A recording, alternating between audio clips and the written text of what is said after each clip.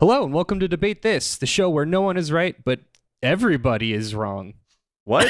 That's not how it goes. That's wrong. That is No, wrong. that's not. Who changed that? I don't know. I mean, the call is coming from inside the house. Yeah, that's true. You wrote these notes, Andrew. I sure did. I'm going to do it clean. Is I'm it gonna start there. somebody is definitely wrong or someone is definitely wrong? It's someone. Someone is definitely. The show Okay. where no one is right, but someone is definitely wrong. Matt, leave all this Oh my in. God. Oh God! no. Yeah, I want people it's to. I want people to see absolutely it. staying in. People need to see our Absolutely whole not. ass. It's right around episode 130 where we just go the whole way off the rails and can't nail our own intro. All right, I'm starting clean. This is the first take ever. In 3, in 2, in 1. Welcome to season 6, where we're phoning it in. You don't think critically and then put a Pop-Tart into your body. I am highly caffeinated and minorly concussed. Aruga! Aruga! What came first, the love sack or the gravity gun? It's my turn to do a sin with Sonic. This is for the freaks. Too much piss. That's the kind of bad decisions we like to hear about. Love me a sleepy ass bat. How much shrimp can you fit in your mortal body? You told me you guys would be cool. That's season 6 intro material right there. Hello and welcome to Debate This, the show where no one is right, but someone is definitely wrong. In this show, we take time out of our busy adult lives to talk about comic books, video games, and Bloodborne clones featuring beloved fairy tales in the public domain. Because I've been playing the game Lies of P, and it is a Bloodborne clone, like we talked about Bloodborne, like it plays like a Dark Souls Bloodborne game, but it's just Pinocchio. You play Pinocchio in a super macabre world run by murderous puppets, and you hack and slash your way through a litany of nightmare puppets. It's great. Hack and slash nightmare Pinocchio is quite the word salad. Yeah, Mm-hmm. How's the game? it's great. It's really good. It's really good. Okay, how much menuing is in this game? Because it sounds like it might be for me. It's not for you. Damn I it. mean, it's Son of a it's Dark bitch. Souls, so All right, fine. it's not a ton of menuing, but it's as much menuing as you get in a Dark Souls game. So it's like you're still doing equipment to get those numbies up, and you're doing Yeah. level ups and stuff like that.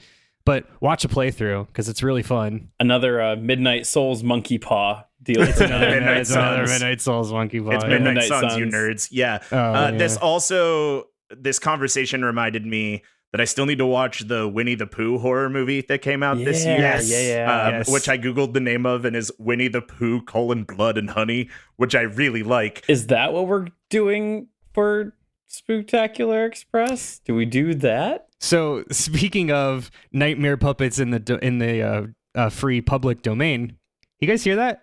Is that You guys that hear off in the distance? Is that a train whistle?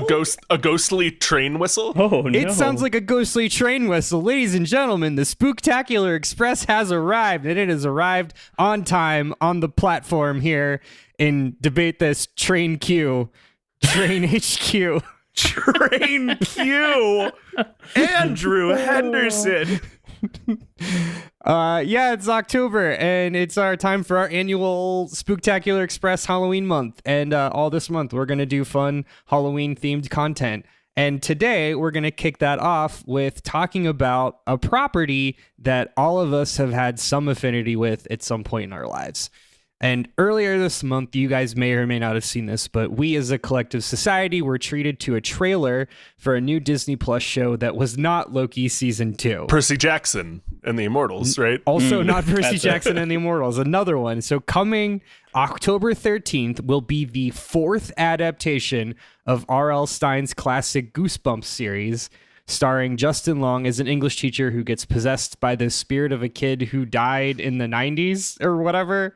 He's playing alongside a bunch of spunky teens that are just Gen Z TikTok memes. Like, that's it. They're just like, hey, my boyfriend likes the Roman Empire. Like, they're just doing TikTok memes. I do like that the more recent Goosebumps like reboots have also been a like, hey, remember the 90s? Remember when the Yeah. 90s? Because the Yeah. Jack Black one had a bit of that too. There was a Jack Black one, wasn't There was a there? Jack Yeah. Black. There, again, this is man. the 4th adaptation of R.L. Stine's Goosebumps. And let's be really clear, this is the 4th cinematic adaptation because there have been hundreds of adaptations of the Goosebumps series. Well, speaking of that, Matt, R.L. Stine called me up, actually. He walked over to my house because he lives in Columbus, and he knocked on my door, and he was like, "Hey, I'm R.L. Stine." And he said, and to paraphrase, Impeccable R.L. impression. Stine impression. and impeccable. And he was like, I'm R.L. Stine. How are you? I have some business to attend to. And he Got basically like a told Jordan me, Peterson vibe to him, kind of. Well, if we're- a little Put bit. R.L. Stein Todd. and Jordan Peterson in the same. Yeah. Todd, have you seen R.L. Stein and Jordan Peterson at the same time? Don't do this. No, Not to R.L. no, Stine. we shall not besmirch the name of prolific kids horror author R.L. Stein. Kyle's just asking questions. I'm just asking questions that need answers. Steinsy came up to me and he was like, look, I'm a little concerned that viewership of my fourth cinematic adaptation of Goosebumps is going to be cannibalized by other things in the Disney Plus canon, like the aforementioned Loki Season 2. And he said, debate this. How can you help me? And I said, Steinsy, why don't you come inside? Steinsy, baby. Steinsy, baby. Steinsy, baby! So together, he and I both, we speakerphone dialed Bobby Iges, who was actually in the middle of throwing eggs at a picket line. So it was good to, give him a break. And in between him being a vehement enemy to organized labor, Bobby Iges said, Steinsy, you got everything you need right here. Debate this or the foremost experts in all things pretend Disney Plus content promotion. So I called up, then DT oh my God, I'm sorry. I then called up DT exclamation point HQ's new business development department, and they sent me a request for proposal, which I then forwarded to R.L. Stine, which he sent back to me with the following request. Gentlemen, we are to adapt Goosebumps, the books, the show to a video game. Goosebumps, the books, the show, the movie, the video game. The show again. The books as an amassing of short stories at one point, the movie. Those details are for you three to decide. And so, ladies and gentlemen, I have collected our top and only adaptation experts, Matt, Jack Black Cole, Todd, Alex Brightman Thomas, and Kyle Hayden Christensen Harper. I have a guess. I want to venture a guess. Are these all three actors who have portrayed R.L. Stein? Not necessarily portrayed R.L. Stein, but have been in different adaptations of Goosebumps. Okay. So we already mentioned fine. Jack Black was the stunt cast for the movie in 2015. Alex Brightman, who is more recently known as Beetlejuice from the musical Beetlejuice, was in the musical adaptation of Goosebumps. Beetlejuice of Lauren Boebert fame. We will. Lauren God. Boebert's Okay. Beetlejuice. I wasn't ready for that. I hope that's still relevant when this episode comes out. We'll talk about it more in the post show, but boy, howdy, is the Goosebumps Yeah. musical incredible. The Beetlejuice musical. No, the Goosebumps musical. Oh, there's a goose. There I is a said what I Goosebumps. said, Kyle. Yeah, Alex Brightman was in the Goosebumps musical. Oh, okay. Yeah. And then Hayden Christensen was probably the most famous non-R.L. Stine name connected to the original Nickelodeon show, which he only appeared on like one episode. Wow. Before he was Anakin Skywalker, right? That's correct. Okay. Yeah. Did you know, and I learned today, that you had to be Canadian to be on the Goosebumps show? Oh, Filmed in Canada, you had to be Canadian. interesting. Canada has some crazy laws like protecting They its do. art. Like, is it 25% of all radio played in Something Canada like that, yeah. has to be Canadian artists, which is how like the Bare Naked Ladies and Nickelback like shot up the charts, is because they I love this. were the best of the Canadian artists. So they're like, yeah, play a lot of them. And then they crossed over, obviously, to American radio. But like, I mean, aren't the Bare Naked Ladies pretty much the Goosebumps of mid-90s alternative rock? I've been We saying all that say for that. years. I know, that's classic Todd Thomas. I don't know that I would say that, but okay. Okay. All right, guys, we have some work to do. So tell me which classic Goosebumps story you're going to adapt into a video game. Start with a high-level overview of the type of game this is, who are your main characters, and finally, which platform or platforms this is going to be for. Matt, let's start with you. Look, Andrew, if we're going to make a Goosebumps game, I think that it's important we lean into the fact that we truly have these shoulders of giants to stand on. Like you said, this is the 4th cinematic adaptation of the Goosebumps series. Well, you said that. But well, I fine. said that, but it's important because there have actually been a bunch of Goosebumps games already. But I actually want to bring it all the way back to the very first one, 1996's Goosebumps: Escape from Horrorland, which you may or may not know was a full motion video point-and-click adventure game featuring a post-Jurassic Park Jeff Goldblum as Dracula. Wow. Oh, what a sentence. Talk about word salad. Does he frame that sentence? Does he give a Tim Curryan type performance similar to Tim Curry in, what is it, like Command and Conquer? Command and Conquer. It's not that far off from Tim Curry and Command and Conquer. Escape from Horrorland is one of the many adaptations of one of my favorite Goosebumps books, One Day at Horrorland.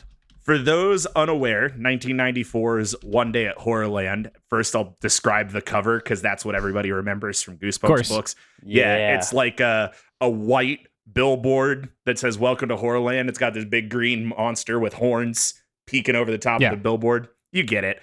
Anyway, 1994's One Day at Horrorland features a typical suburban family who get lost on their way to Zoo Gardens, only to find a surprise amusement park in the middle of the woods. That in itself is a nightmare. Like, to be clear. Yeah. Like, if you're like, oh, I'm lost. Oh, I've stumbled into an amusement park that I didn't know existed. No, I'm good on meth. I need to get out of here. Keeping amusement parks secret is hard. You can't just not let people know there's one of those in the woods. Anyway, they're greeted by spooky green horned monsters and experience a whole slew of terrifying amusement rides and are forced to run for their lives as they discover that the gates are locked. Also, their car explodes like really early in the book. But the big twist here, and spoilers for a nearly 30-year-old child's book, they've actually been on the Monsters hidden camera game show the whole time. Love it. So there have been a couple of Horrorland games already, but none have captured the magic of that twist.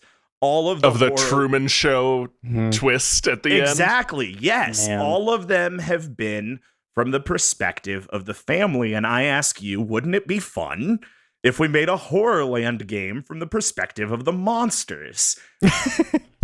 Okay. But Matt, we are the monsters. We are, all of us, the monsters in Goosebumps: Horrorland Tycoon. And that's what we're going to do today. We're doing a roller coaster tycoon.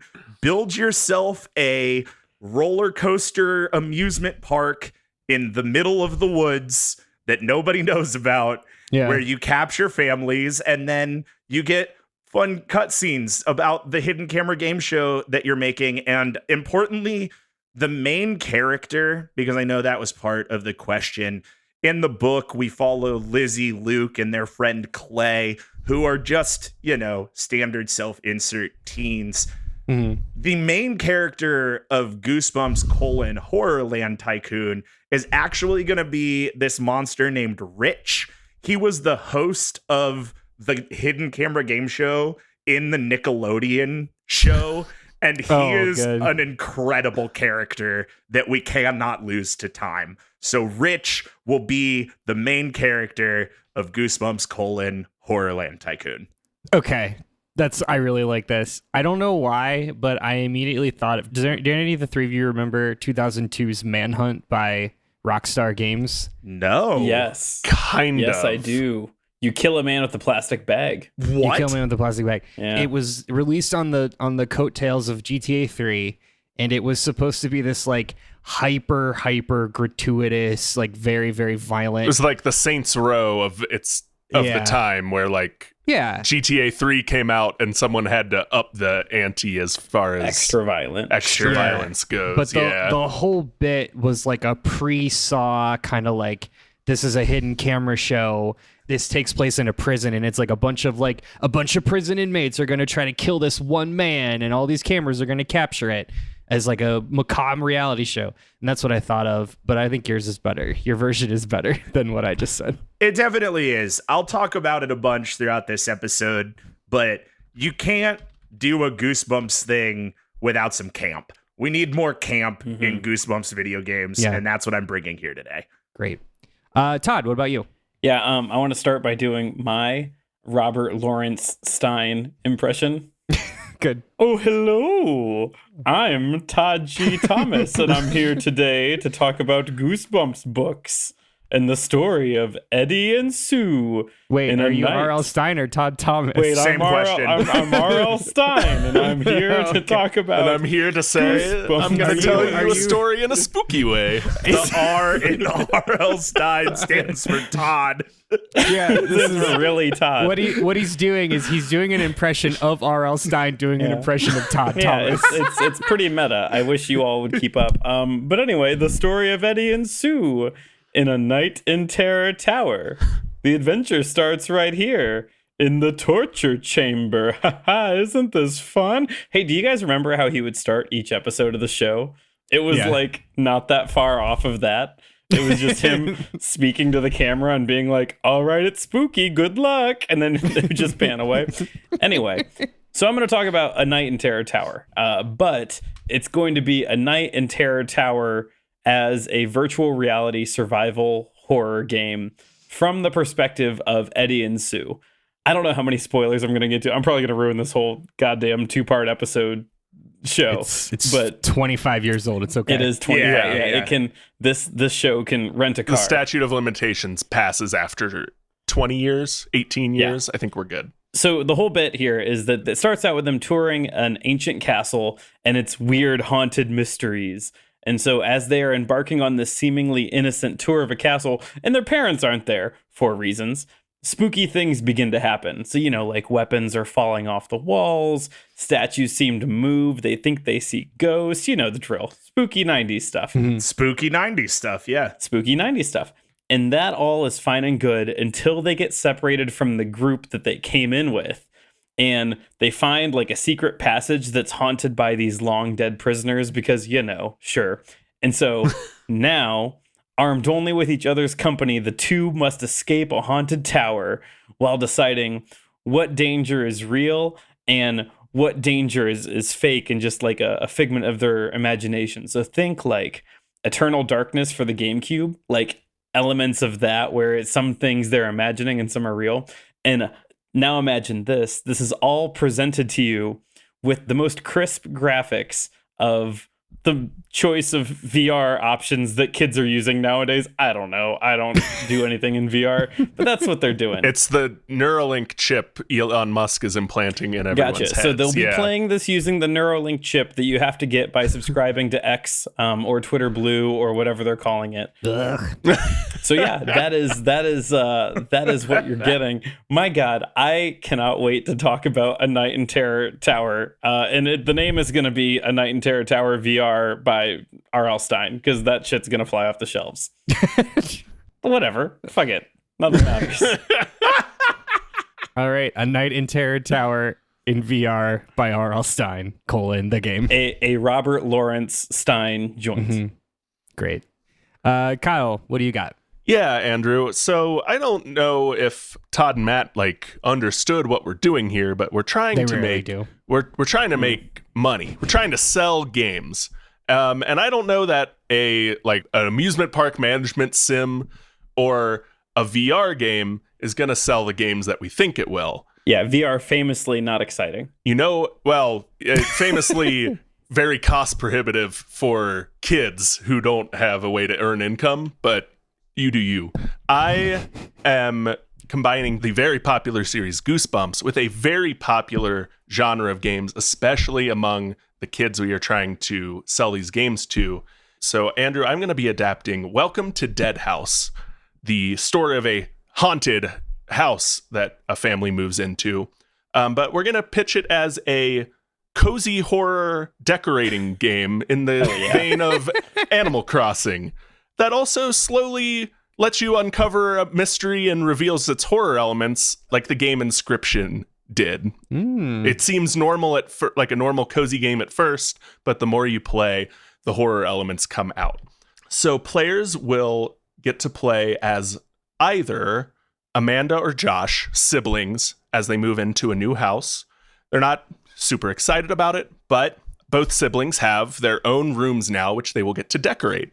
And through placing things in these rooms, they may or may not anger the spirits that inhabit this house, and some spooky things may happen to them based on the decorations they choose. All right. Feng shui is my favorite part of a horror game. Yeah, definitely is. Cozy Good. Halloween or cozy horror is a really good term. I mean, that's pretty solid. Like, I'm not going to argue with. I'll poke holes in a lot of things, but like, that's definitely a genre. It is legit because I was like, what's a cozy Luigi's Mansion? Cozy horror. Mm-hmm. That's pretty cozy horror. Yeah. All right. Well, let's dive into the plots. As we all know, every good YA horror story needs to have some common and relatable preteen issue turned on its head using fantastical themes. So, what's the overall plot to your story, and how does it incorporate the things that every kid is going to identify with? And how will your game then follow its source material? We'll start back with Matt. Yeah, Andrew, so I hear you saying, you want this game to identify with kids, and you want it to be something that everybody who plays it is going to see themselves as one of the main characters. That is the prompt, yes. I know, I hear you giving that prompt, and I'm not going to lie to you, that's just not what we're going to do. We're not going to do that because kids We're don't gonna spend ignore money your on video prompt. games. They're not where the money comes from. The money comes from people who are going to buy in on nostalgia bait, and that's who we're aiming at. This is going to be a fun, joyous, silly, and goofy game. The main character is going to be Rich, the horror who just wants to get rich while being rich on his Horrorland TV show. But we are going to reference a bunch of shit from the books. Those references are going to be the different things that you can purchase and upgrade to construct your Horrorland. We'll start at the very beginning with the infinite slide of doom, the doom slide from the book, which is how they... From the book, Doom Slide. From the book. Holy shit, is that Doom Slide from the book? The very same. They use the doom slide to soft kill off the third kid in the book. He disappears into a slide that goes on forever. So, that's what he's doing. What a terrible way to die. Yeah, right? It's like Cop Slide, but bad.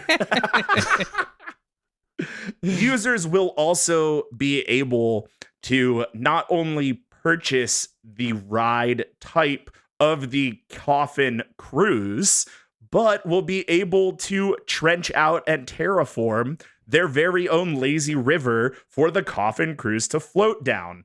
Gamers will remember the Coffin Cruise from both the book and the TV show of Goosebumps One Day at Horrorland. Look, I don't know what else you want from me. You're going to be able to buy the rides from the books and a bunch of other things that we will also do. Perfect. I landed on this idea before I realized there was a plot question, and I am sticking to my guns on that one.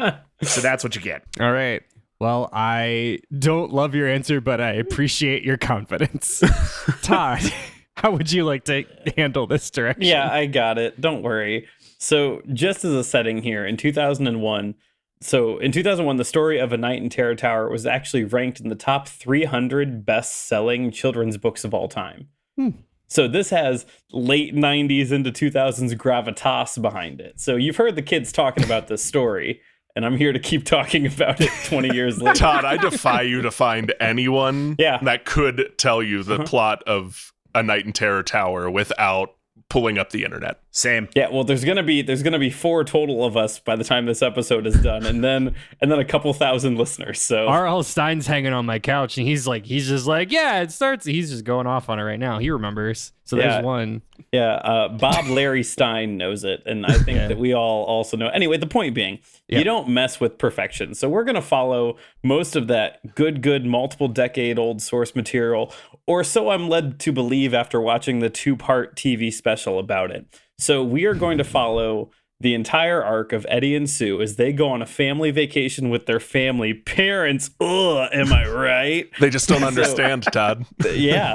And so, of course, they go overseas, I guess, to England with their parents. And then they go on an old castle tour as their parents go to a conference, I guess, because that's what you do when you go to a conference at a hotel. You send your kids on a paid tour of a spooky castle. Anyway, they get separated by every helpful adult imaginable. And so the theme of kids surviving scary situations with, honestly, the not subtle undertone of how you should never stray away from your parents or something like that are going to be a theme of this story. And that is all to say that the themes of kids running away from scary adults and being unable to figure out confusing currencies in a foreign country and getting chased by a cab driver. And also there's like weird psychological horror elements. And also they're going to time travel because like if there's one thing that Goosebumps books are really good at, it's weird twists at the end just to like out of just left to field do it. twists. Yeah. Just to do it. I cannot wait to tell you more about this later and probably in the post show because quite literally, I don't know, 2/3 of the way through this story, it's like, also, you're time traveling now. And I can't explain why, but the Cockney accents are 400 years earlier than they should have been. And everyone is in the streets and dirty. That's how you know you're in medieval England, is everyone's in the streets I was and gonna dirty. say it's got a real like, how can we really drive it home? Everyone is squinty and covered in dirt and very Cockney. Yeah. You're just like, you get transported into Oliver Twist. You are an Oliver. It's like it's like a Wishbone episode. Everyone is dressed so specifically. They're like, I feel like I've gone back in time. They probably used the same like wardrobe from Wishbone. This is the same Wishbone set. We're gonna check to see which one came first. My money's on Wishbone. I think Kyle's right. Yeah. Yeah. The show came before. Yeah, because the show aired on PBS like while the books were still coming out. Yeah. Anyway, that's it. We're gonna do time traveling, I guess, because it's not bad enough that you're in a scary tower. So it's kind of okay. We're gonna drill down in for a second. Yeah, you want to just dive in because like I do really. Why don't you just badly. connect the thread? Yeah. So who here watched a famous TV show that had 4 seasons and 2 of which were good? Prison Break. Do you remember Prison Break? Nope. Nope. Okay, listeners, this is for you. I know of Prison Break, but I didn't watch it. Same. This is a that. Todd Yeah, show. listeners, this is for you. Just hone in with me for a second. So Prison Break was a show about this dude who got arrested and put in a prison to save his brother because he had like the tattoos all over his body of the map to get out of the prison, right? And so after they broke out of the prison, season 2 was still them prison breaking, but they were no longer in a prison. They were just running from the law. They were just doing it for fun. They were just breaking. They were just breaking. Well, then season 3 put them back Then in they a had to go different back. prison. yeah. But they weren't good at it, so they were Breaking Bad. People don't know Breaking Bad is actually a spin-off Break. of Prison Break, yeah. And then by season 4, the enemies had become friends. And so they had to prison break out of the system.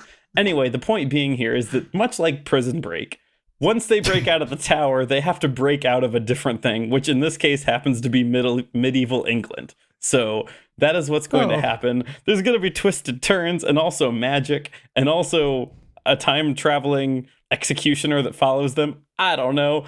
It kind of feels like everyone was just high when they wrote this book and they didn't actually really think about what was going to happen.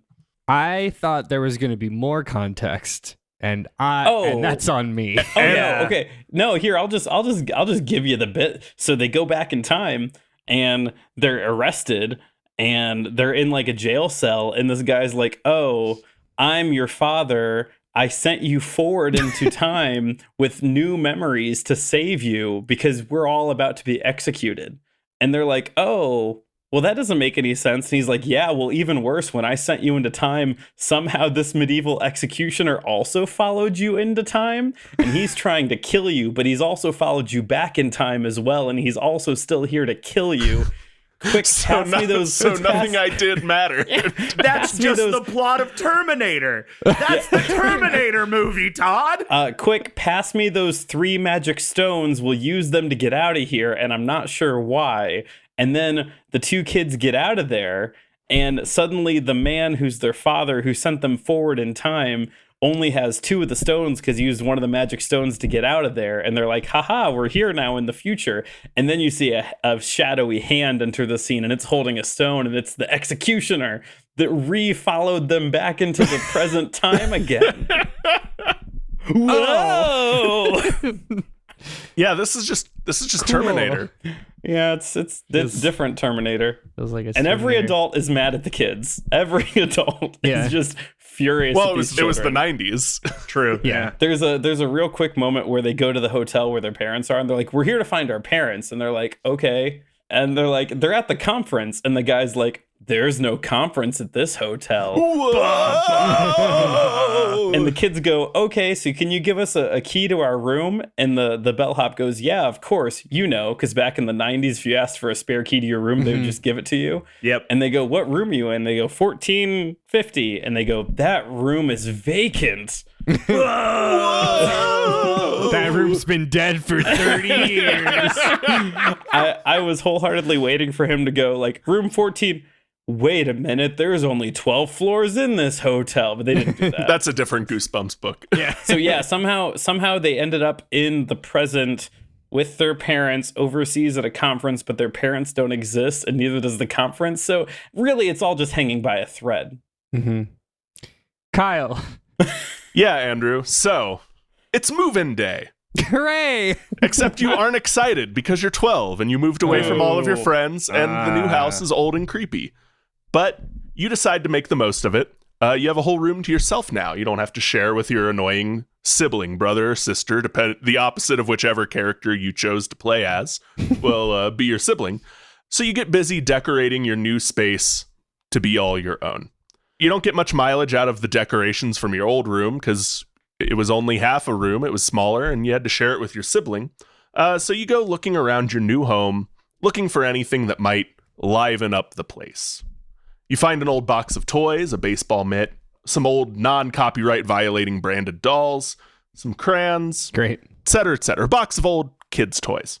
You pick something out of the box to be your new first decoration in your new room. And you turn to head back upstairs when you come face to face with a child that you've never seen before. It's not your sibling, it's just a kid here in your house. Startled, you trip backwards and fall. Your family runs in to see what happened, but the child is gone. And no one saw the child leave the room. As the game progresses, you're able to explore more of the town you moved into and more of the house. And talking with other residents, you learn that something happened at this house, but it's hard to figure out what exactly. No one really wants to talk about it. And the little bit of information you get conflicts with itself. You get, different details from different people and they don't seem to add up. So you continue to decorate your room. You patronize the shops in town, bring home some stuff you made or found at school and start decorating your room. But as you do that, more and more strange things start happening. Decorations will get knocked off the wall in the night or moved into a different spot in the room as you come home from school. You got a poltergeist. It's a regular poltergeist. Poltergeist. You put a poster or hang a shelf up on the wall and you swear you see the hole from the tacks start to bleed. Just Whoa, spooky different. things like that. Yeah. that sounds like a landlord problem to me. Paint over it. You own the house. You shit. own, and yeah, you got to deal with the wall blood yourself. Sounds like it's not a bug, it's a feature. Yeah. As the nighttime rearranging of your room happens, so do more frequent sightings of this ghost child you saw at the beginning of the game. As you play, you learn certain ways of decorating the room, putting things in certain spots elicits more friendly or more spooky responses, depending on what you put where you deduce through clues and gameplay that this must be the ghost child's old room, and figure out that maybe if you decorate it just right, you might be able to talk to this ghost child and figure out what exactly is going on. A logical expectation to have. Yes. You've got to parlay with the ghost child. Yes. I really like this, and I'll tell you why, because it made me think of, much like Matt's first thing made me think of 2002's Manhunt, this made me think of Unpacking. Are you guys familiar with Unpacking? Nope. No. It's like a 5 to 10 hour game where you just organize stuff from, like, you unpack and you organize stuff. Oh, yes, I do know this. Yeah. My brain immediately went to, like, all right, if you put all of the shirts and the jeans in the right place, the ghost will appear. It's very fun. Yeah, I think so. Little decorating, little mystery to solve. Yeah. It'll be fun. It'll be a fun time. It is cottagecore horror, like cozy cottagecore horror. You nailed it. Yeah. Cool. All right. Well, those of you who have followed our other Scholastic content may remember we did an Animorphs flavor text a few years ago. And as we discussed in that flavor text, the success of the original run of Goosebumps relied heavily on the perennial event known as the Scholastic Book Fair. The Scholastic Book Fair was this thing where we would all, as kids, be excused from classes in the middle of the day to go participate in capitalism. To go participate in capitalism, exactly. And we could buy books for like dirt cheap. And it was like you could walk in with a $10 bill and be a king. You were king for the day. Yeah. You were king for the day. The real game changer at the Scholastic Book Fair was in the like mid 90s to late 90s when it got to the point that you could buy computer games there too. And that was really something wild. It certainly felt like a cheat code for being a kid. Yeah. Why would I buy a book when I can buy Roller Coaster Tycoon? Like, why would I do that? But it's at the Scholastic Book Fair at your school, so it must be educational. So mom and dad, like, definitely give me $20 to buy Roller Coaster Tycoon. It was set up in the library, so it feels like learning. Yeah. Yeah. Well, guys, we need to emulate this feeling. And I'm going to ask each of you to tell me what viral marketing stunt you're going to enact to make sure that every lower middle class kid in suburban America is going to have a copy of your Goosebumps game, whether or not that is your target demographic, Matt.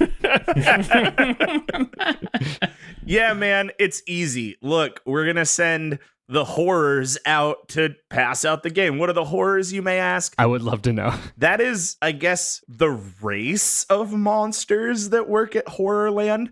They're called the Horrorland Horrors, and then horrors as a type of monster. It's like a minor league baseball team. It is a little bit, yeah. Big Monroeville Zombies energy. Yeah, the horrors become part of the extended R.L. Stineverse, and it is continually this, race of typically green, but also sometimes like purple and blue monsters with these big like ram horn situations. And the TV show did them really well. I am certain that those costumes are still in storage somewhere. We're going to pull out those costumes for the Horrorland Horrors, and we're going to send big old costume monsters out into the world with copies of the game. And what they're going to do is they're going to hide in bushes around amusement parks and also just like parks. And then people are going to walk by and they're going to jump out and be like, "Brr, Horrorland," and give them a game. And it'll go super viral. People will be talking about it like crazy. It'll be just like the clown epidemic. I was just going to say, remember the 2010s when the scary clowns were everywhere? Went great. It was 2016. It was an election year, and there was like this random clown panic. It was viral marketing for Stephen King's It. It was not. I don't think that was it. Or if it was, it hasn't been confirmed. And I feel That's like what it I happened remember. before 2016. And Anyway, this is all bad. Back to talking about my thing. We're going to do that, but with horrors, and they're going to pass out the game. Actually, what they'll probably pass out are like code cards that get you like 100 coins in game to spend on a roller coaster. I'm sure this is just so absolutely riddled with microtransactions. Yeah. And then Yeah, the sure. police will come and hand out restraining orders to the costumed monsters. horrors because they jumped out of bushes at kids and gave them things. Well, those are just independent contractors, Kyle. They're Yeah. disposable. We're not getting sued. gig economy and all that. All right, Todd, what about you? The only thing that would have made Matt's better is we'll see there's an app, right? You download the app and it tells you where kids are, and that's where we send the monsters. Okay. So when we were growing up in the age of the Scholastic Book Fair, Pizza Hut had the reading reward program where every Sure book did. you read gave you this like little gem sticker, and then after like 8 or 10 of those stickers, you know, put them on a coupon, and you take that coupon in for a free personal pan pizza For Candidly- $5 worth of pizza. Yeah, candidly, this by itself propped up childhood literacy for like a whole generation. Like Yeah, like 1000%. kids read books. I think they like legitimately correlated a rise in literacy because like to that. Like The reverse of what Dare did to get kids on drugs, this did to get kids to read good. I mean, let's be candid here. Times are changing and books are for nerds. So we're going to flip that script. Now, when you at the Scholastic Book Fair buy your copy of A Night in Terror Town VR, a Robert L. Stine joint, you get a free coupon with all 8 of the stickers already stuck on it that can be turned in for a personal pan pizza. That's right. Buy the Wow. game, get a pizza. Because here's the thing, like, what is a VR game about a book, if not just an audiobook for your eyeballs? So you're basically reading a book by playing this game. You should get the pizza for free. There it is. An audiobook for your eyeballs? Yeah. we like to call that in the biz a book. I said what I said. This is a really funny premise, but I do feel like I need to point out that the latest Teenage Mutant Ninja Turtles game, Shredder's Revenge, this is quite literally the marketing stunt that they did was, hey, buy our game and we'll send you a pizza. Yep. Yeah, I mean, great. It works. Tried and That true. game sold a jillion copies. Well, it's because it was on Game Pass. Anyway, Kyle. Yeah, an infinite amount of copies, an uncountable amount of copies.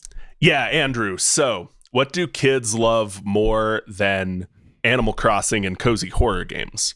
That's right, candy. Nailed so it. we are going to pair up this Halloween, this Spooktober, with Candy Maker. That's not anything. Yes, it is. We're gonna team up this October with Candy Maker Hershey and put codes for our game in every piece of Hershey candy. Those codes can then be entered into our game and will provide players with a box of loot, so to speak. And that Sure. box of loot, I can't think of a better name for it, will provide new spooky decorations for your room. So, you buy candy, you put your code in, you get new ways to decorate your room. Perfect product tie-in. Small little bite-sized candies will be like more common prizes to pull from. The bigger, like normal size candy bars will be your like standard rarity items. And then so you're saying the contents of these boxes of loot are random? oh yeah. Okay. Random to a degree. Well, you'll have the bigger candy you buy, the better stuff will come in your loot box. So like even the small of loot. Gotcha. Yeah, box of loot. Even the small fun size candies can get the super rare items in their Sure. boxes of loot. Oh, they can. But Oh, you're going to have a much easier time getting them the bigger sizes of candy you buy. The bigger sizes have a lower percentage of the like more common items and a higher percentage of the rare items. Man, I wish I had a better name for what we could call our boxes of loot, though. you know what? Let's just not complicate it. It's just a goodie bag. Goodie bag. That's great, Yeah, Todd. perfect. Yeah, A thank you. little goodie Yeah. bag of loot. Yeah. Yeah, just a sack of stuff. A sack of stuff. So yeah, goodie bags, sacks of stuff.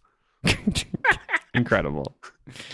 All right. Well, one of the things that the Goosebumps book series experimented with later in its life were the choose your own adventure adventures, I guess. And this is like a very particular thing that I know.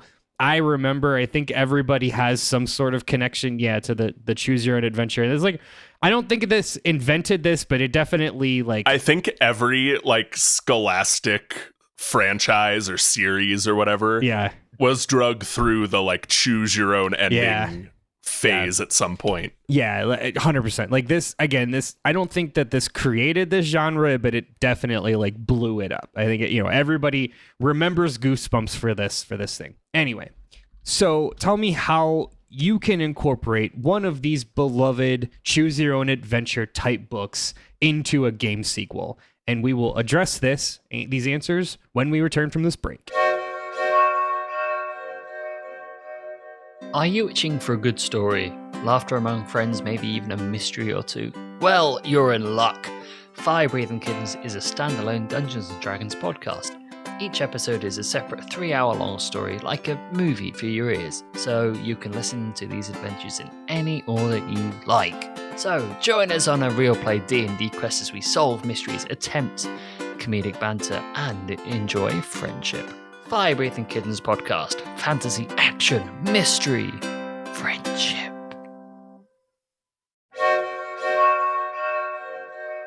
Okay, so super secret bonus question yet again is make a choose your own adventure out of your chosen game sequel, like the Goosebumps choose your own adventure. You guys know how Goosebumps basically invented choose your own adventure books. They didn't, but let's say they did. For the sake of argument. Do that for your games. Matt, what do you got? Yeah, Andrew, so when you're doing a roller coaster tycoon game, in a sense, you already have your own choose your own adventure as the designer of the theme park. However, you already have your own choose. Yes. Yes, you can choose. Although I do believe we can go deeper here. Elaborate on the adventure part of that equation, Matt.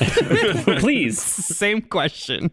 Kyle, I don't know if you've ever embarked on the adventure of a business, but I would argue that is what running an amusement park is. It's the adventure of capitalism. I hate that. No, he's got a point there. Adventure doesn't necessarily mean fun. It just means adventure. Yeah, absolutely. Anyway, I think we can go a little deeper if we create a patron mode. So instead of being the monster, you get to be the human going through the horror land, and then you get to pick what rides you go on. So not only do you get to choose your own adventure as a patron, you get to build that adventure as a Horrorland tycoon. You can toggle between the two of them. It's just like the original, not Roller Coaster Tycoon, the Sims theme park game where you could sit in rides and watch a POV from the weird roller coaster. Oh, God. That's a real thing if you didn't remember. But yeah, that's what we're doing. Horrorland Tycoon patron mode. I think patron mode is it. Yeah, sure. Yeah, attendee mode might be better. Visitor mode. I like visitor mode. Horrorland Tycoon visitor mode. Great. I realized Matt just talked for like 3 minutes, and I don't know what the fuck he said. And I Same. couldn't tell you. I don't know what most of the things he said today means, but God damn it if he isn't confident about it. Look, I think we got there. I'm just saying we got there. Plane landed. Todd, go for it. So I had already told you a bit about the ending of the original A Night in Terror Tower. And the ending originally was the story you found out that you were actually from the ancient past and that you were royalty and that like your dad sent you hundreds of years into the future, but also accidentally some executioner followed you and then followed you back. I don't know. It's convoluted. So a sequel to the VR horror of A Night in Terror Tower would just be that setting again, but with you able to make different choices. So in this game, instead of following a linear path, we're going to add that like Telltale-esque opportunities to change the flow of the story. So some staples of the original could be changed.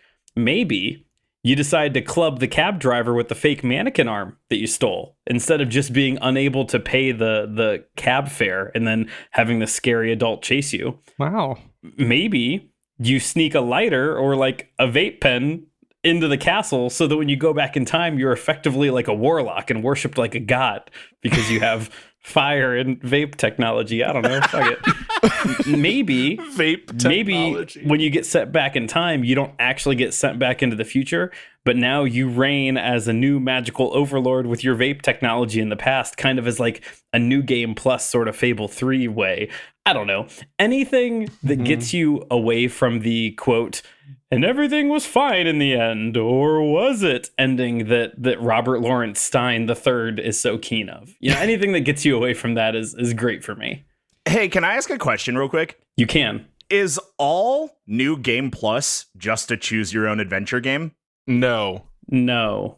I don't think so. No, because man, it's shitty. This is the best example I've got. New Game Plus for like Call of Duty is just shiny gun. So Its numbers go up more. Yeah. It's NFTs. Yeah. New Game Plus is just NFTs. oh, I hate that. No. All right, that's worse. Okay, it's I time for refuse Kyle's to accept answer. that. I would like to recluse my question. It's Kyle's turn. There you go, Kyle. Yeah, so anyone who has read Welcome to Dead House knows it is not just one spooky ghost undead child that we are dealing with. It is an entire spooky ghost undead family. So in the sequel, Welcome to Dead House 2, we are going to explore that a little more. In the original, you are only decorating your room.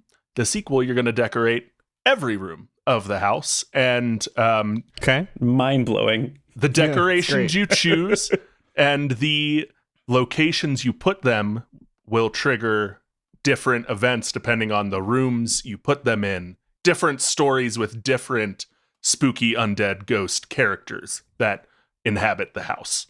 It's almost as though in the original, all you could do is decorate your own house. And in later generations, you could decorate like a whole island. Like you could decide where the museum goes. You could like decide where to plant flowers. Maybe the flowers cross-pollinate. It's like that, but haunted spooky But ghosts. different. Yeah. That's a good idea. I'm just surprised no one's done it before. Yeah, me too. It's a really great idea. And Andrew and execs, you could be the first to capitalize on it. Yeah. They're feverishly writing in the background. Do we have execs in this one? Is that It's hard to say. We never That's know. a you question, man. Yeah, That's not it's- for us. Hey, that's Wait, not. Andrew, do you see the execs in the room with us right No, we're specifically talking to Bobby Iges. It's not Yeah, execs, that's right, it's that's Bobby right. Iges. Yeah, Marl Stein's in my living room. He's talking to me through Bobby Iges. now? Bobby Iges and Bobby Stine. Anyway, I gotta go find Bobby Stein because he's been passed out on the couch for the better part of the evening. Why don't you all hit me with some closing statements and just wrap this bad boy up? Andrew, look, they've already slapped the Goosebumps branding on plenty of video games. You can release another adventure game. You can release a weird cozy core game, and turns out both of those things pretty much already exist with the Goosebumps branding. Or you can be different. You can make a roller coaster tycoon game. You can call it Horrorland. Or you not. But I think if you didn't, it would be a bad idea. So that's my closing statement. Your closing statement is, I could be different and create a game that is something tycoon. Yes. Well, there aren't that many of those out there. So certainly No, not. the tycoon, At least not the under the tycoon Goosebumps market umbrella. is really untapped. Perfect. Todd.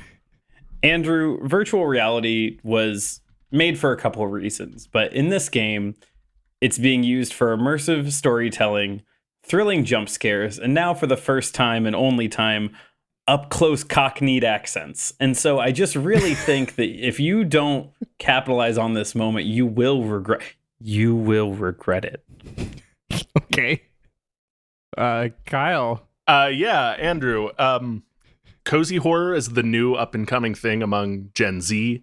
It's your opportunity to break into this new diverse market with an established name that everyone knows with Goosebumps.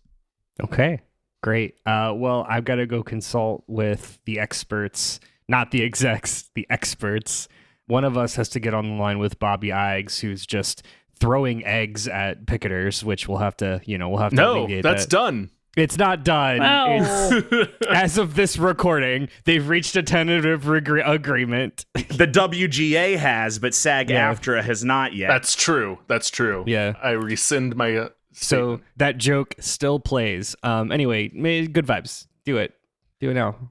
Hey, Do Look, I thought that this was a lot of fun. I also thought that there was more substance to Goosebumps books. And you know what? 25 years removed, turns out there isn't. I think that Todd putting Goosebumps in VR is really fun.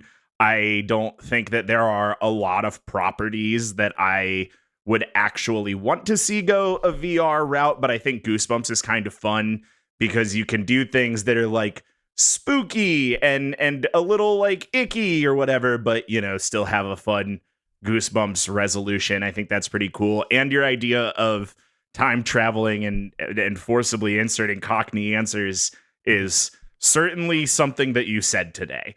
And Kyle, look, I've never been the cozy core gamer, but I know that that's a big old market, and I don't think that you can miss with a cozy core game.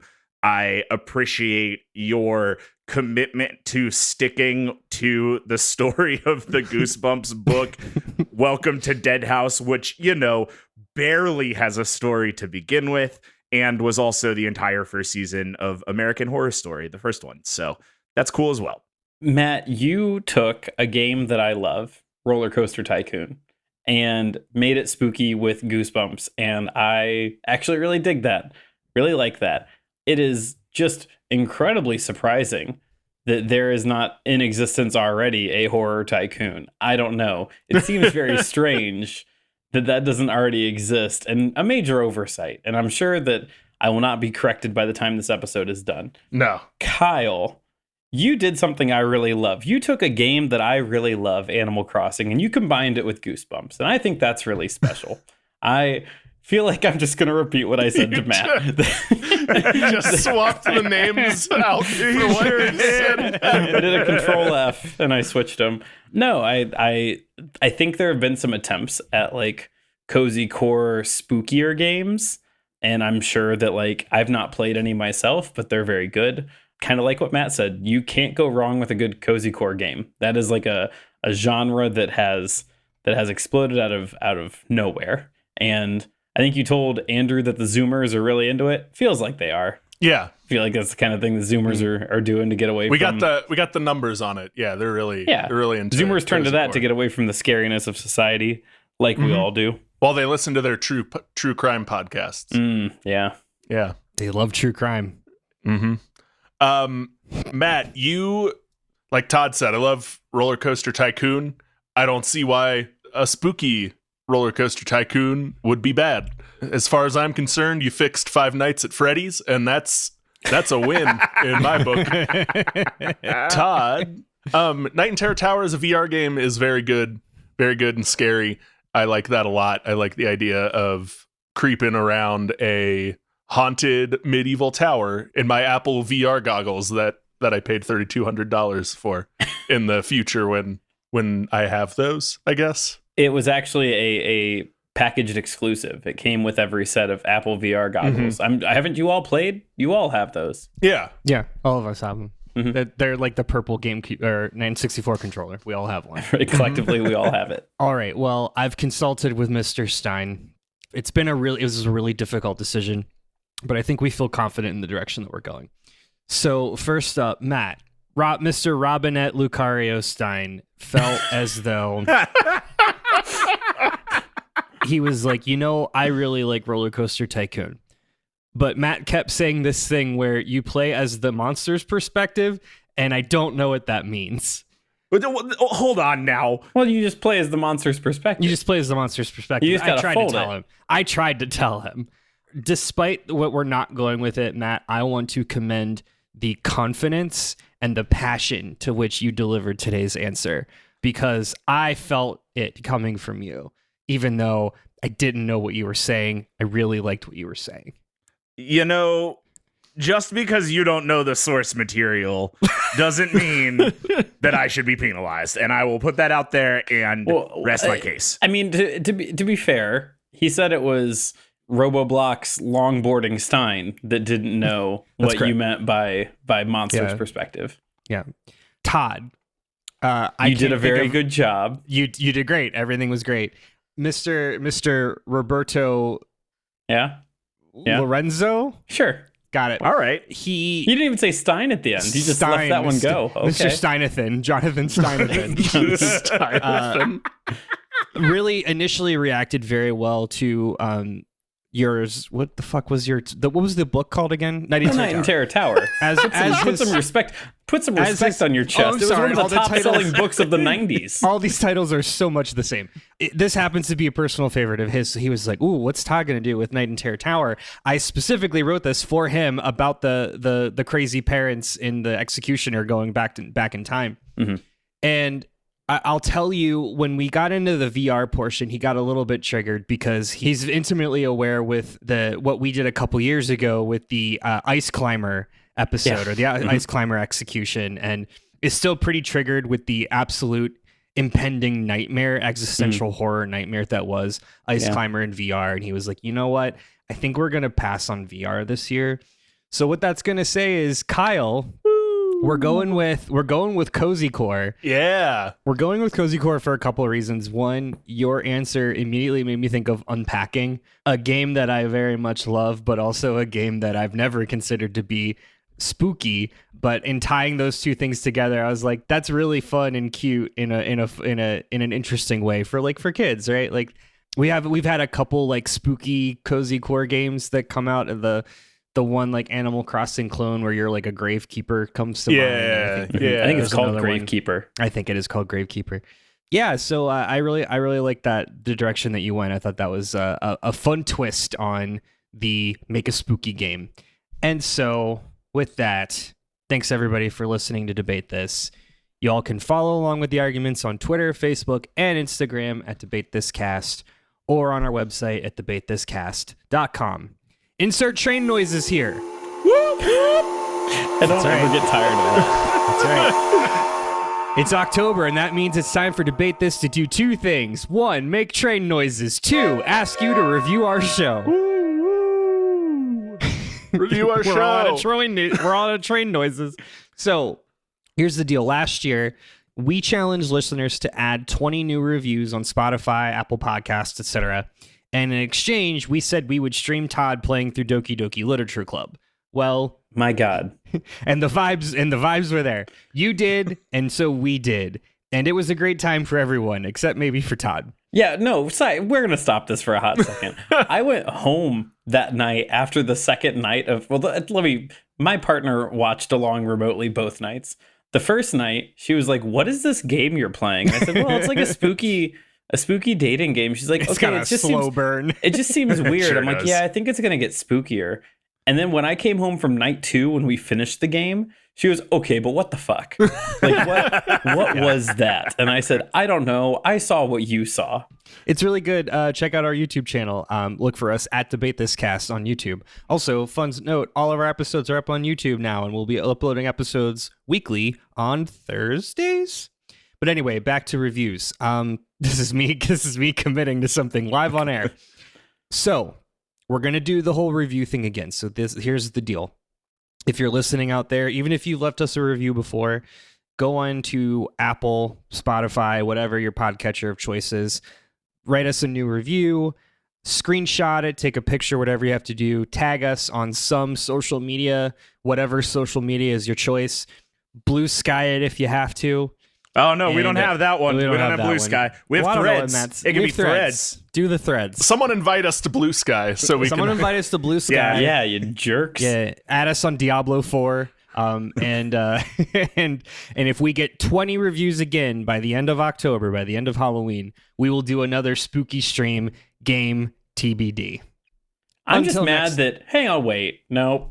Can you pronounce that word before stream again, Andrew? Because you typed it out with like 5 O's in Yeah, it. we'll do another spooky stream. Thank you. That's better. By its Christian name. That's by its Christian name without any energy or passion behind that word. Speaking of delivered without passion, I'm Andrew Henderson. I'm Matt Rigatoni Linguini Stein Cole. I'm Todd. Life is a choose-your-own-adventure story, but everything ends in some form of minor depression, Thomas. And I'm Kyle, desperately hoping I didn't delete all my train sound effects, Harper. And we're saying thanks for debating with us. And if you think we're wrong, you can come fight us behind the swing sets, nerds.